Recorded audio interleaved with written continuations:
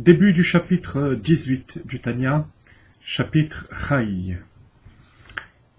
Admor HaZaken fonde tout son ouvrage, le Tanya, sur le verset Ki karov elecha davar me'od beficha uvilvavcha la'asoto.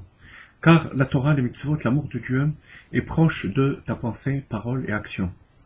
Et dans la phrase d'introduction de son ouvrage, du Tanya, il nous dit qu'il va expliquer cette phrase Bederech Aruka ou Ktsara, avec une méthode longue et une méthode courte.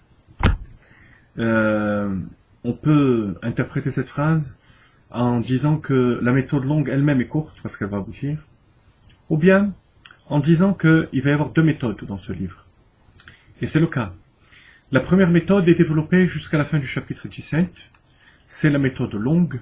C'est celle qui provient de la hitbonenut, de la réflexion, de la méditation, de manière à ce que le cerveau domine le cœur et contrôle les pensées, paroles, actions. C'est une méthode longue, aruka. Et là, on arrive à partir de ce chapitre à la méthode courte. Pourquoi courte? Parce qu'elle utilise un potentiel que chaque juif possède.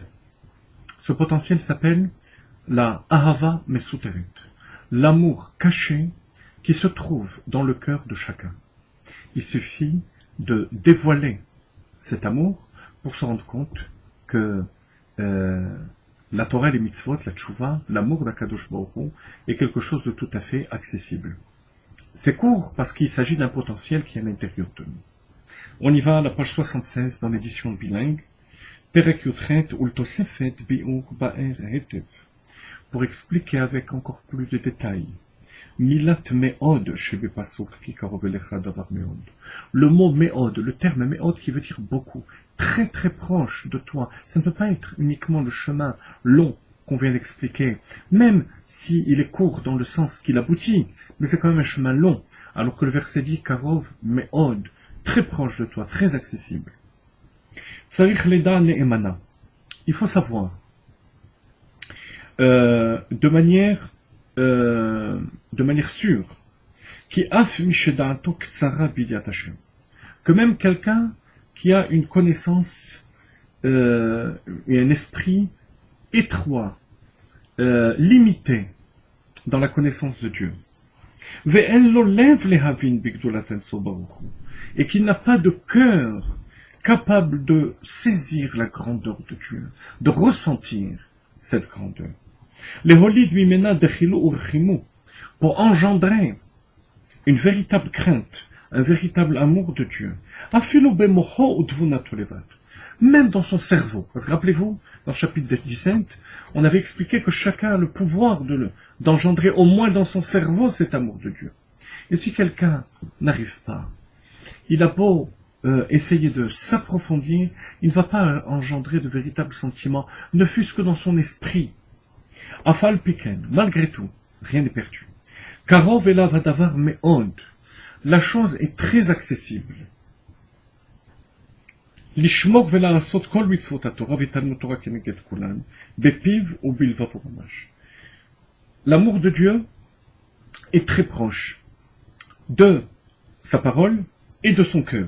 Mais on cas délibat. Et attention, pas seulement de manière superficielle, mais avec les profondeurs de son cœur, émettre la mytho de manière tout à fait authentique. Bitrilou chimou, avec crainte et amour. Shehi ahava mesuteret shebelev klavot Yisrael. Et ce chemin, c'est le chemin qui consiste à dévoiler la ahava mesuteret, l'amour caché qui est dans le cœur de l'ensemble du peuple juif, Shehi Yerusha lanu me'avoten, qui nous provient de nos ancêtres par voie d'héritage. Donc on n'a rien fait pour l'avoir, pour l'acquérir. Simplement le fait qu'on descend d'Abraham, Yitzhak et Yaakov. Mais pour pouvoir saisir ce qu'est cet amour caché d'Akadosh Baruch Hu, il va falloir se poser quelques questions. Première question. La racine, d'où provient cet amour de Dieu? Où est-ce qu'il se trouve dans notre neshama? Ve'inyana, de quelle manière elle s'exprime? Par quelle sorte de sentiment, de réaction? Deuxièmement.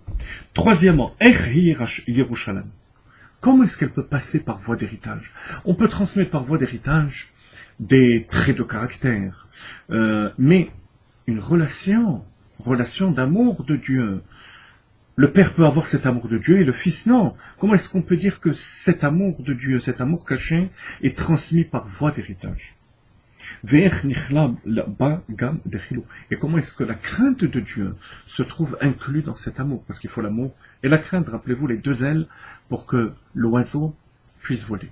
Lorsqu'on aura compris ces 4 points, eh bien on aura compris comment à l'intérieur de nous, il y a cette ahava musuteret, cet amour de Dieu, qu'on a hérité d'Avraham Avinu, et qui nous permet d'avoir un attachement à Akadosh Baruch Hu au-delà de toutes les limites, au-delà de l'insupportable. Et malgré toutes les épreuves de l'exil, malgré toutes les épreuves de la galoute, on reste attaché à Akadosh Baruch Hu.